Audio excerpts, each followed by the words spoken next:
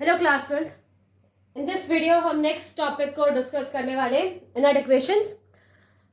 जैसे कि अभी तक हमने पढ़ा about the electrochemical cell function, electrochemical किस तरीके से फंक्शन करता है, गैल्वानिक सेल को पढ़ा।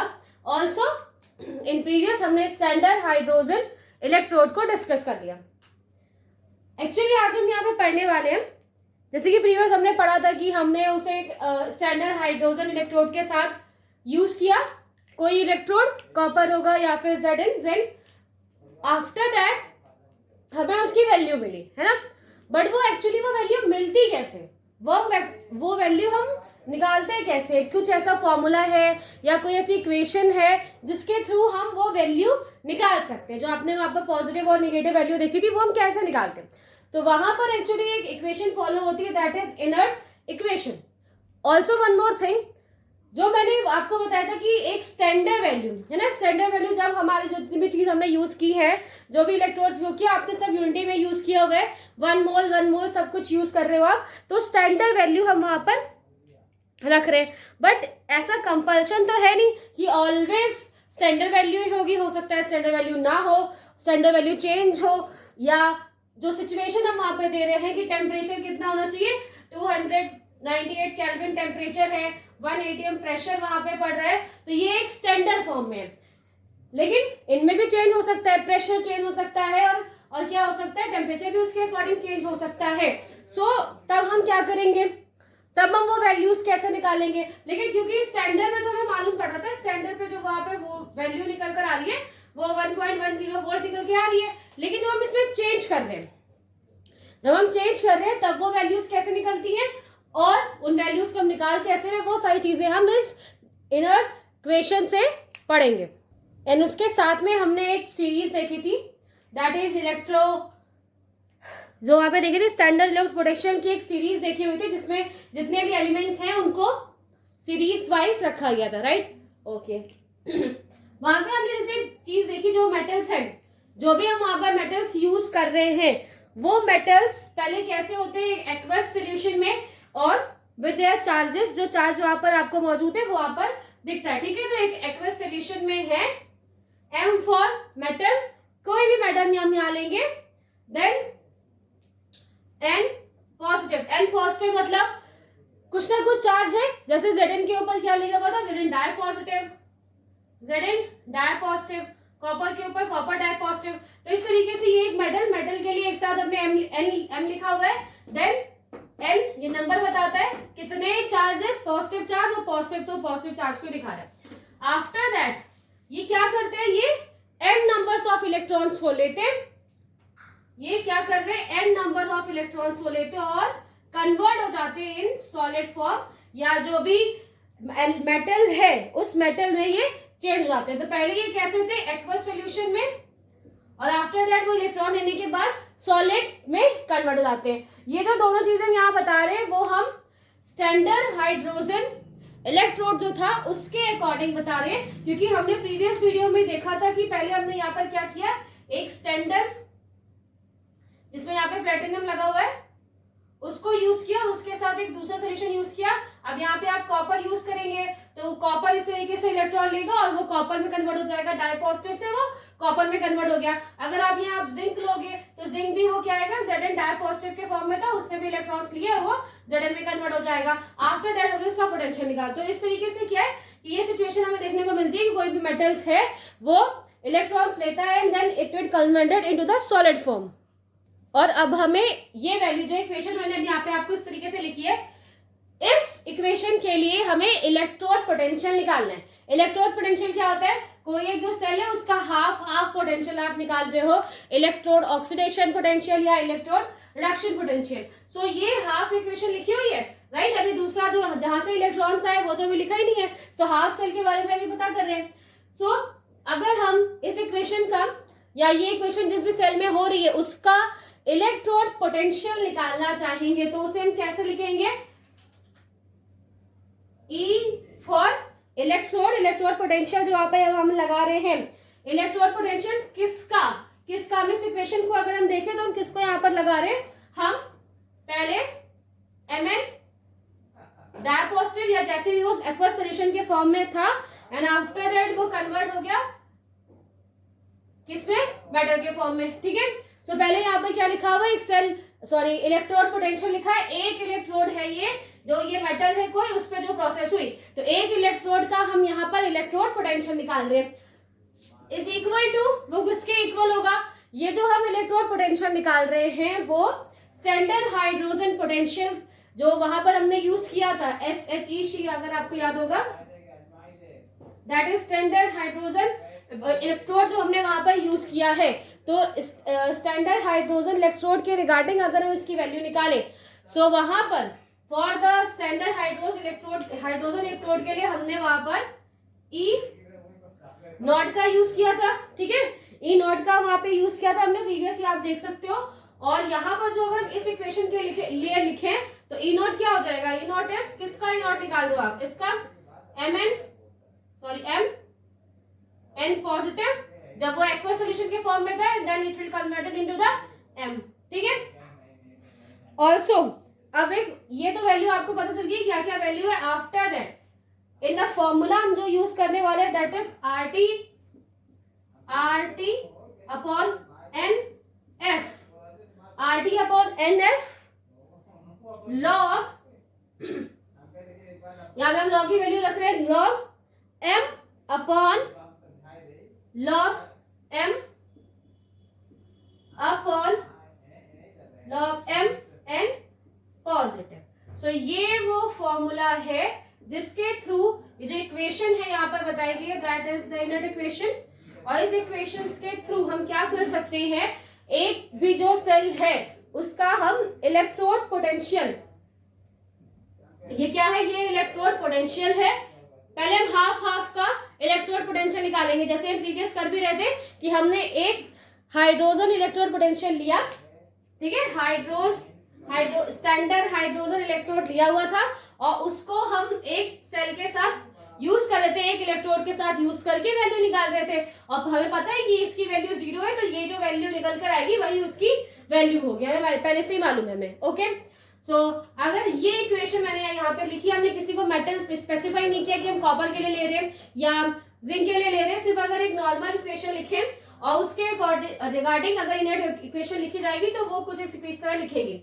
यहाँ पर R, T, N और F क्या है ये बताने से पहले, यहाँ पर R, T, N, F क्या है वो बता रही हूँ, उसके पहले एक चीज बता दूं, जब ये M N पॉजिटिव के फॉर्म में लिखा हुआ है या जितने भी मोल्स ऑफ पॉजिटिव चार्ज यहाँ पे मौजूद है उनके फॉर्म में लिखा है, दैट मीन्स वो कहां पर है, एक एक्वस सॉल्यूशन में है, ठीक है, वो एक्वस सॉल्यूशन में। लेकिन जब वो सॉलिड में चेंज हो जाता है, ये सॉलिड में जब वो चेंज हो रहा है तो उसका जो कंसंट्रेशन, बेसिकली ये लिखा क्या है यहाँ पर, ये एक्चुअली लिखा हुआ है, अगर मैं इसको और थोड़ा सा समझाऊं, सो ये जो वैल्यू है एक्चुअली में ये इक्वेशन कांस्टेंट की वैल्यू है, आप इसकी जगह Q भी यूज कर सकते हैं, आपको बहुत ऐसे फॉर्मूले भी कहीं मिले होंगे जहां पर ये प्रॉपर इक्वेशन है, लॉग के वैल्यू के आगे इन्होंने Q लिखा हुआ, और Q एक्चुअली में होता क्या है, वो रिएक्शन कांस्टेंट है, जो ये रिएक्शन है, सो रिएक्शन ऑफ, पहले हम उसमें क्या लिखते हैं, active mass of product, so ये प्रोडक्ट का एक्टिव मास लिखा हुआ है, and then active mass of reactant, ये एक्टिव मास ऑफ रिएक्टेंट लिखा है, जिसको मैंने डायरेक्ट यहाँ पे लिख दिया। आप लॉग Q भी रख सकते हो, बस आपको लॉग Q जो यहाँ पर Q की वैल्यू है, Q क्या है, वो एक रिएक्शन क्वोशिएंट है, और रिएक्शन क्वोशिएंट की वैल्यू हम कैसे निकालते हैं, active mass of product upon active mass of reactant, और इसलिए मैंने यहाँ पर लिखा हुआ था। तो ये एक्चुअली मैंने लिखा क्या है, कंसंट्रेशन लिखा हुआ है, जो भी हमने वहां पर अमाउंट यूज, जो भी हमने यहाँ पे प्रोडक्ट या रिएक्टेंट यूज किया उसका जो कंसंट्रेशन है, उसका जो वहां पर एक्टिव मास है, मास जो है कंसंट्रेशन है, बेसिकली वहां पर मास किसकी वजह से होगा, जो उसमें मॉलिक्यूल्स मौजूद है का जो कंसंट्रेशन है उसकी वजह से, सो कंसंट्रेशन हमने यहाँ पर लिखा है। मैंने आपको क्या बताया कि जब वो पॉजिटिव के फॉर्म में लिखा हुआ है, वैल्यू आपको उसमें दिखाई दे रही है, मतलब वो एक्वस सॉल्यूशन में, तो एक्वस सॉल्यूशन के लिए वैल्यू अलग अलग होती है, लेकिन जब वो सॉलिड फॉर्म में आता है और इन दिस क्वेश्चन के अकॉर्डिंग, यहाँ पर जो रिएक्शन क्वेश्चन लिखा हुआ है उसके अकॉर्डिंग जब वो सॉलिड में कन्वर्ट हो जाएगा तो उसका कंसंट्रेशन कैसा होता है, उसका कंसंट्रेशन यहाँ पर हो जाता है 1। अगर हम उसके कंसंट्रेशन को 1 कंसीडर कर ले, ठीक है, इसका कंसीडर हमने क्या कर लिया, कंसंट्रेशन ऑफ M इज 1, तो अगर हम इसके कंसंट्रेशन को M कंसीडर कर लेंगे तो यहाँ पर जस्ट सिंपल हम क्या लिख सकते हैं, जो लॉग M, इसकी जगह पर हम सिंपल M की जगह पे हम 1 का यूज कर सकते हैं। क्यों? बिकॉज ये आपको याद रखना है, जहां पर भी आप रिएक्शन कांस्टेंट का यूज कर रहे हो और अगर वहां पर कोई सॉलिड कुछ मेटल है या कोई सॉलिड सब्सटेंस है तो उनका जो कंसेंट्रेशन है वो ऑलवेज 1 होता है। तो इसलिए मैंने पहले यहाँ पर ये 1 लिख दिया और इस तरीके से ये इक्वेशन यहाँ पर है। ठीक है, अब हम डिस्कस करते हैं कि आर टी और एनएफ ये क्या है।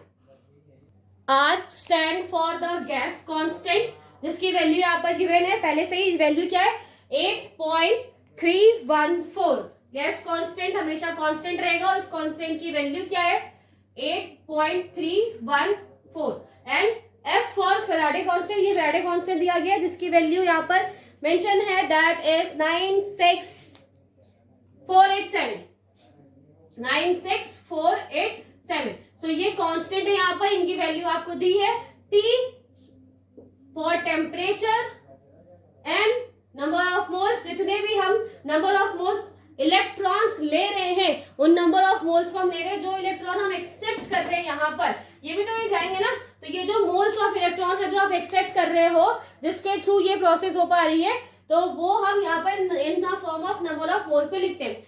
एमएन क्या है? कंसंट्रेशन ऑफ अ मेटल, जो भी हम सब्सटेंस यहाँ पर यूज कर रहे हैं उसका क्या कंसंट्रेशन है, जो भी हम मेटल या स्पीसीज जो भी हम यहाँ पे यूज कर रहे हैं उसका कंसंट्रेशन। ई नॉट यहाँ पर क्या है? E naught is standard hydrogen electrode है और इसकी वैल्यू आपको 0 ही मिलेगी। और ये क्या है? ये इलेक्ट्रोड पोटेंशियल। तो इस तरीके से आप क्या कर सकते हो? इनर्ट इक्वेशंस को फॉलो करके हम एक सेल की इक्वेशन या एक सेल में जो यूज होने वाला उसका पोटेंशियल है वो हम निकाल सकते हैं। तो अब हम इसे क्या करते हैं? हम हाफ इक्वेशंस को निकालते हैं for the anode and for the cathode. Okay, so ये इक्वेशन है। अब इस इक्वेशन पे बेस पहले हम क्या करते हैं? पहले हम यहाँ पे जो वैल्यू निकालते हैं वो कॉपर डाई पॉजिटिव के लिए, जो कि कैथोड पे रिएक्शन हो रही थी, वो कॉपर डाई पॉजिटिव के लिए ये इक्वेशन लिखते हैं। सो इक्वेशन हम कैसे लिखेंगे? सी, मैंने इक्वेशन इसलिए लिखी हुई है, आप इजीली इसी से देख लिख सकते हो, बहुत मतलब समझने में आपको आसानी होगी। क्या होगा वहां पे? For Cu di positive E, अब और यहाँ पर क्या लिखेंगे? Cu di positive oblique Cu। ठीक है, ये क्या है? Electrode potential. After that standard hydrogen electrode, वहां पे हम क्या लिखने वाले हैं? यहाँ पर भी हम लिखेंगे Cu di positive and oblique Cu minus RT upon NF। 2 moles हम यहाँ पर चाहे तो 2 यूज कर सकते हैं, मैं इसलिए नहीं लिख रही। अच्छा चलिए लिख लेते हैं, नो प्रॉब्लम। दिस 2 मोल्स हम यूज कर रहे हैं बिकॉज Cu डाई पॉजिटिव है और वो 2 इलेक्ट्रॉन्स लेगा, तो इसलिए वहां पर नंबर ऑफ मोल्स को हम पहले लिख लेते हैं। बाकी जो ये वैल्यूज है अभी इनकी हम वैल्यूज रखेंगे। आफ्टर दैट लॉग, ठीक है, लॉग बेस 10 यहाँ पर लिख रहे हैं, अगर लॉग है तो ये ठीक है लॉग। आफ्टर दैट हम अगर लॉग, वैसे तो लॉग बेस 10 लिखना ज्यादा सही होगा, अगर मैंने प्रीवियस लॉग बेस 10 नहीं लिखा तो आप लिख दीजिए लॉग बेस 10। हम यहाँ पर लिख रहे हैं,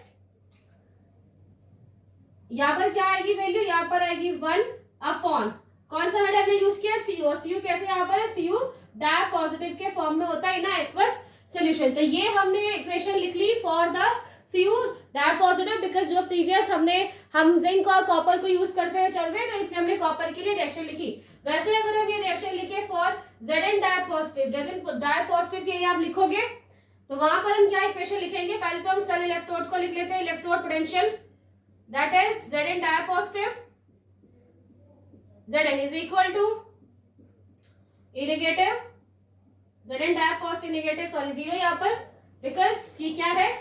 again standard hydrogen electrode of Zn minus RT upon 2F, because वो 2 ही मोल्स होगा ना।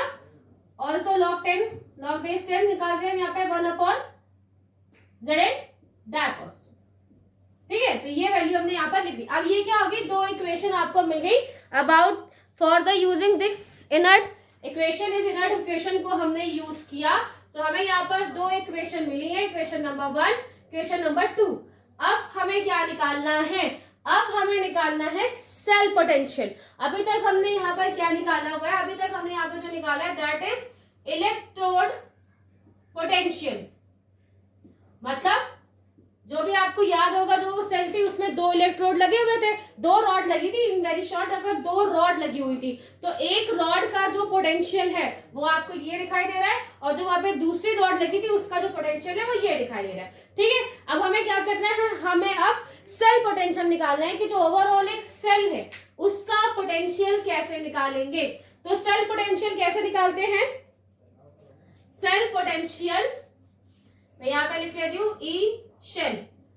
ई शेल आपको याद होगी, सेल पोटेंशियल जब हम निकालते हैं तो वो यहाँ पर कैसे लिख लेगी, दैट इज ई, जो यहाँ पर लिखा हुआ है इलेक्ट्रोड पोटेंशियल किसका, कॉपर का, और आपको याद होगा कॉपर कहाँ मिल रहा था, कैथोड पे, कैथोड किस तरफ था, राइट हैंड साइड, सो वही है, अगर आर माइनस ई लेफ्ट, यानी लेफ्ट साइड में जो है उसको हम आर साइड में जो है लेफ्ट साइड से माइनस कर दो, या कैथोड में से एनोड को माइनस कर दीजिए आप, या रिडक्शन में से ऑक्सीडेशन वाली रिएक्शन को माइनस कर दो। तो सिंपल अगर मैं इस इक्वेशन के अकॉर्डिंग लिखूं तो हमें Cu डैप positive Cu minus electrode potential of Zn डैप पॉजिटिव लाइक Zn।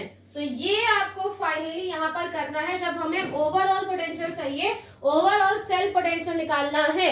सो आपको यहाँ पर इलेक्ट्रोड पोटेंशियल ऑफ Cu की वैल्यू पता है, वो क्या वैल्यू है, ये वैल्यू जो यहाँ पर लिखी है किसकी, Cu electrode potential of copper का, और Zn के लिए भी वैल्यू हमें यहाँ लिखी हुई है, that is the electrode potential of Zn। अब इन दोनों का आप डिफरेंस निकाल लेंगे तो आपको सेल पोटेंशियल, कंप्लीट एक सेल पोटेंशियल मिलता हुआ दिखाई देगा, और अगर आप सेपरेट वैल्यू निकालेंगे तो आपको उनकी दोनों की अलग अलग वैल्यू मिलेगी। अब हम सेल पोटेंशियल को निकालते हैं।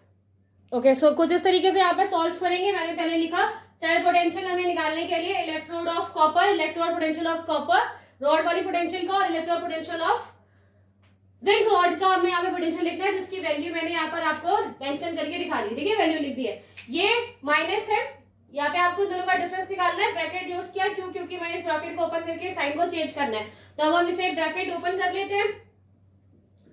तो जब ब्रैकेट ओपन करेंगे तो पहले तो वैल्यू एज इट इज है minus R T upon 2f 10 1 upon that constant. ठीक है, इतनी तो वैल्यू है, ओके ही होगी। अब हमें ब्रैकेट ओपन करना है, तो यहाँ पे क्या आएगा, negative upon Zn tap positive and Zn minus minus plus RT 2f log 10 log base 10 Zn tap positive. ठीक है, तो इस तरीके से हमें यहाँ पे वैल्यू मिलेगी। अब हमें क्या करना है, फर्स्ट तो जो इलेक्ट्रोड है ये और ये जो स्टैंडर्ड हाइड्रोजन इलेक्ट्रोड है इनको आप एक साइड कर लो। ऑल्सो कुछ कॉमन दिखाई दे रहा है मुझे, तो उस कॉमन को भी हम एक साइड करते हैं। तो पहले हम क्या करेंगे, इन्हें हम आगे एक साइड लिख लेते हैं, दैट इज पहले हम क्या करते हैं, जो स्टैंडर्ड हाइड्रोजन है इसको एक साइड लिखते हैं। सो पहले मैंने क्या किया, जो हाइड्रोजन इलेक्ट्रोड पोटेंशियल है उनको अलग कर दिया। नेक्स्ट अब कुछ कॉमन दिखाई दे रहा है, वो है RT/2f, RT/2f हमें यहाँ पे कॉमन दे रहा है, तो यहाँ पर हम कॉमन लेंगे, बट हम जो कॉमन ले रहे हैं वो ले रहे हैं माइनस, माइनस यहाँ पे, सो माइनस RT/2f इसे हम कॉमन लेंगे। जब हम कॉमन ले लेंगे माइनस RT/2f, तो यहाँ पर क्या बचेगा, यहाँ पर जो वैल्यू बचने वाली है that is log 1 upon copper dipositive. ठीक है, ये वैल्यू यहाँ पर बचेगी। अब यहाँ पर क्या है, बिकॉज ये तो मैंने पहले आगे लिख लिया है, यहाँ माइनस है, ये हमने माइनस लिया, माइनस को भी हमने यहाँ पे कॉमन लिया हुआ है, इसलिए इसकी वैल्यू चेंज हो जाएगी, ये भी क्या हो जाएगा माइनस, और यहाँ पे क्या हो जाएगा माइनस log 10 1 अपॉन Zn डाइपॉजिटिव। ठीक है, सो इस तरीके से हमें यहाँ पे वैल्यू मिलेगी। अब ये एक्चुअली में वैल्यू लिखा क्या है, यहाँ पर जो ये लिखा है, अगर आप ये क्या लिखा हुआ है, log a minus log b लिखा हुआ है, log a minus log b। ठीक है, ये इस तरह इसकी वैल्यू क्या होती है, या फिर log m upon m minus log n जो वैल्यू होती है that is log m upon log n। So log m minus log n, तो ये माइनस का साइन है, जब इसे यूज करते हैं लॉगरिथमिक में तो इसे चेंज कर देते हैं, वो जाता है log m upon log n। ठीक है, अब इस वैल्यू को प्लेस कर सकते हैं, मेरे पास जगह नहीं है तो मैं वापस इरेज करके इसे ऊपर लिख रही हूँ। सो log m minus log n को जब आपने वैल्यू पुट कर दी log m अपॉन n में, तो ये कुछ इस तरीके से यहाँ पर लिखा होगा। अब बस आपको पता चल गया कि ये जब इसे हम अपॉन में वैल्यू लिखेंगे तो ये Zn ऊपर चला जाएगा और जो वैल्यू हमें यहाँ पे मिलेगी that is positive copper minus electron minus Zn positive and Zn minus RT upon 2F और यहाँ पे हमें क्या मिलने वाला है, यहाँ पर हमें मिलने वाला है, मैं थोड़ा सा इसको नीचे लिख लूं, RT अपॉन 2F और अब हमें क्या मिलेगा log Zn डायपॉजिटिव upon copper dipositive. तो इस तरीके से आपको यहाँ पर ये वैल्यू मिलेगी। ओके, सो हम यहाँ पे वैल्यू रखते हैं R और F की वैल्यू यहाँ पे रखेंगे। साथ ही साथ ही बता दूं एक्चुअली ये क्या है, अगर आप इसे ध्यान रखो तो स्टैंडर्ड इलेक्ट्रोड पोटेंशियल है कॉपर का, वो स्टैंडर्ड इलेक्ट्रोड पोटेंशियल है Zn का। तो इसको हम एक साथ क्या लिख सकते हैं, ई सेल को हम यहाँ पर क्या लिख सकते हैं, दैट इज ई ऑफ, किसकी बात कर रहे हैं हम, कॉपर, और जो Zn है वो हमारे एक सेल में, तो उस सेल का जो स्टैंडर्ड इलेक्ट्रोड पोटेंशियल है, तो यहाँ पर हम डायरेक्ट सेल लिख रहे हैं क्योंकि ये क्या है, ये स्टैंडर्ड इलेक्ट्रोड पोटेंशियल है of the cell. After that अब ये वैल्यू आपको यहाँ पर रखनी है। आर की वैल्यू कितनी है, जैसे कि आपको यहाँ से पता चल रहा है आर की वैल्यू है 8.314। टेम्परेचर, अगर हम यहाँ पर एक स्टैंडर्ड सिचुएशन ले रहे हैं, एक स्टैंडर्ड सिचुएशन ले रहे हैं क्योंकि हमने यहाँ पर क्या किया, ये जो हाइड्रोजन इलेक्ट्रोड पोटेंशियल था उसकी एक स्टैंडर्ड वैल्यू लिख ली, तो उन्हें सेल के फॉर्म में उसे लिख दिया। सो एक स्टैंडर्ड वैल्यू हम यहाँ पर जब ले रहे हैं तो स्टैंडर्ड वैल्यू में जो टेम्परेचर है वो 298 केल्विन होना चाहिए। सो यहाँ पर जो टेम्परेचर आएगा वो 298 केल्विन अपॉन 2 मोल्स हमने यूज किए थे, मैं वैल्यू बता रही हूँ, 2 मोल्स ऑफ इलेक्ट्रॉन्स की बात हो रही है तब से, तो 2 मोल्स हमने यूज किया। फैराडे जो इक्वेशन है, जो वैल्यू है वो कितनी है, 96487 log Zn डायपॉजिटिव अपॉन Cu डायपॉजिटिव। अब आप इसे सॉल्व करके देखिए, बेसिकली आप इस सिचुएशन को सॉल्व करके देखो। सो आपको यहाँ पर जो वैल्यू मिलेगी वो वैल्यू है, so after solving the equation हमें जो ये वैल्यू मिलेगी that is electrode cell potential is equal to standard electrode cell minus 0.059 upon 2 log base 10 Zn dipositive, question active mass of Zn dipositive and upon copper dipositive. तो ये जो value आपको यहाँ पर मिली है एक्चुअली में ये वैल्यू है जिसके थ्रू ये इग्नैट इक्वेशन है फॉर स्टैंडर्ड सिचुएशन। हमारे पास जब स्टैंडर्ड सिचुएशन है, जब हमने सारी चीजें क्या ली है, कांस्टेंट फॉर्म में ली है, तब आपको यहाँ पर इसकी वैल्यू यहाँ पर मिलेगी। अगर हम टेम्परेचर चेंज कर देंगे, सो जो है टेम्परेचर आप चेंज जो जैसे कि मैंने यहाँ पे क्या लिया, एक स्टैंडर्ड सिचुएशन ले ली क्योंकि आर और एफ तो आपका कॉमन है, आर और एफ कांस्टेंट है, वो चेंज नहीं होने वाला। नंबर ऑफ मोल्स चेंज हो सकते हैं, अगर आप number of mole 1 electron transfer हो रहा है, 3 ट्रांसफर हो रहे हैं, 4 ट्रांसफर हो रहे हैं, तो उसके अकॉर्डिंग ये नंबर ऑफ मोल्स यहाँ पर चेंज हो सकते हैं। ऑल्सो टेम्परेचर को आप चेंज कर सकते हो, हमने एक कांस्टेंट टेम्परेचर लिया तो एक कांस्टेंट टेम्परेचर पे ये वैल्यू मिली हुई है। अगर आप टेम्परेचर चेंज करोगे तो ये वैल्यू सिर्फ आपको चेंज होते हुए मिलेगी, बाकी सारी चीजें इसी तरह हमें यहाँ पर मिलेंगी। सो इस तरीके से हम अगर एक स्टैंडर्ड सिचुएशन का यूज करें तो हमें ये वैल्यू मिलेगी, और अगर हम टेम्परेचर को चेंज करते हैं, मॉडिफाई करते हैं, तो उसके अकॉर्डिंग हमें डिफरेंट सेल पोटेंशियल मिल सकता है। अभी जो हमने इनर्ट इक्वेशंस निकाली, वो इनर्ट इक्वेशंस किसके लिए थी, कुछ इस तरह की रिएक्शन के लिए जिसमें डायपॉजिटिव ने इलेक्ट्रॉन्स लिए और वो चेंज हो गए, तो उसके अकॉर्डिंग जो इक्वेशंस थी वो मैंने आपको बताई। लेकिन कुछ जनरल इक्वेशंस भी होती हैं जिसमें क्या होता है, ए, ठीक है, ए प्लस बी, और वो कन्वर्ट हो जाता है सी और डी में, ठीक है। और यहाँ पर जो इसके मोल है, कितने मोल आपने यूज किए, तो हमने ए के ए मोल यूज किए, बी के बी मोल यूज किया, सी का सी मोल यूज किया, डी के डी मोल यूज किए हुए हैं। तो यहाँ पर अगर हम इस सेल का एक इनर्ट इक्वेशन निकालना चाहेंगे तो कब हम इतने सारे मोल्स को कैसे यूज करेंगे, तो आपको फॉर्मूला याद है जो अभी हमने देखा है, वो फॉर्मूला क्या है, that is cell potential is equal to standard electrode potential of cell minus RT upon NF, RT upon NF। Next log Q, log Q मैंने आपको पहले भी बताया हुआ था कि लॉग क्यू पे बेस्ड भी हम क्वेश्चन को रख सकते हैं, क्योंकि ये है क्या, ये क्वेश्चन होता है, इक्वेशन क्वेश्चन है ये। इसका अब हम क्या कर सकते हैं, लॉग क्यू की वैल्यू आप यहाँ पे रख दीजिए। लॉग क्यू की वैल्यू यहाँ पर क्या होगी एक्चुअली में, तो यहाँ पर जो लॉग क्यू की वैल्यू आने वाली है वो है ये सारी वैल्यूज क्या क्या है वो हमें पहले से ही पता है। सिर्फ लॉग क्वेश्चन में क्या रखते हैं, एक्टिव मास ऑफ प्रोडक्ट, ठीक है, active mass of product C लिखा हुआ है। ऑल्सो इसके साथ साथ जितनी यूनिट यहाँ पे, जितने मोल्स आपने यहाँ पे यूज किया, जितना यहाँ पर आपने उसका क्वेश्चन यूज किया हुआ है, प्रपोर्शन यूज कर रहे हैं, जो नोटेशन वहां पे दिए उनकी वैल्यू भी हम लिखेंगे सी, एक्टिव मास ऑफ डी, और इसके कितने मोल्स आपने यूज किए D, upon active mass of reagent, active mass of A and active mass of B। और कुछ इस तरीके से, अगर वो इस तरीके से इक्वेशन आपको एक जर्नल इक्वेशन दी है जिसमें और ज्यादा प्रोडक्ट हो सकते हैं, तो अगर वो ऐसी इक्वेशन है तो इस तरीके से वहां पे लिख सकते हैं। अगर इस इक्वेशन में जो सॉलिड है, अगर कोई चीज सॉलिड है यहाँ पर, तो आपको डायरेक्ट उसकी वैल्यू पता है कि वो वैल्यू क्या हो जाएगी 1, और जो नेक्स्ट एक्वस सिचुएशन बचेगी वही हम इसमें यूज करेंगे। एक एग्जाम्पल देख लेते हैं कि ये इक्वेशन किस तरीके से रखे जाते हैं, ठीक है। तो एक रिएक्शन को हम यहाँ पर लिख रहे हैं, रिएक्शन कौन सी ले रहे हैं, बहुत यूज टू रिएक्शन जो अभी हम बहुत बार उसे देख चुके हैं, Zn, ठीक है। और किसके साथ हमने यूज किया था, क्या, कॉपर डाई पॉजिटिव।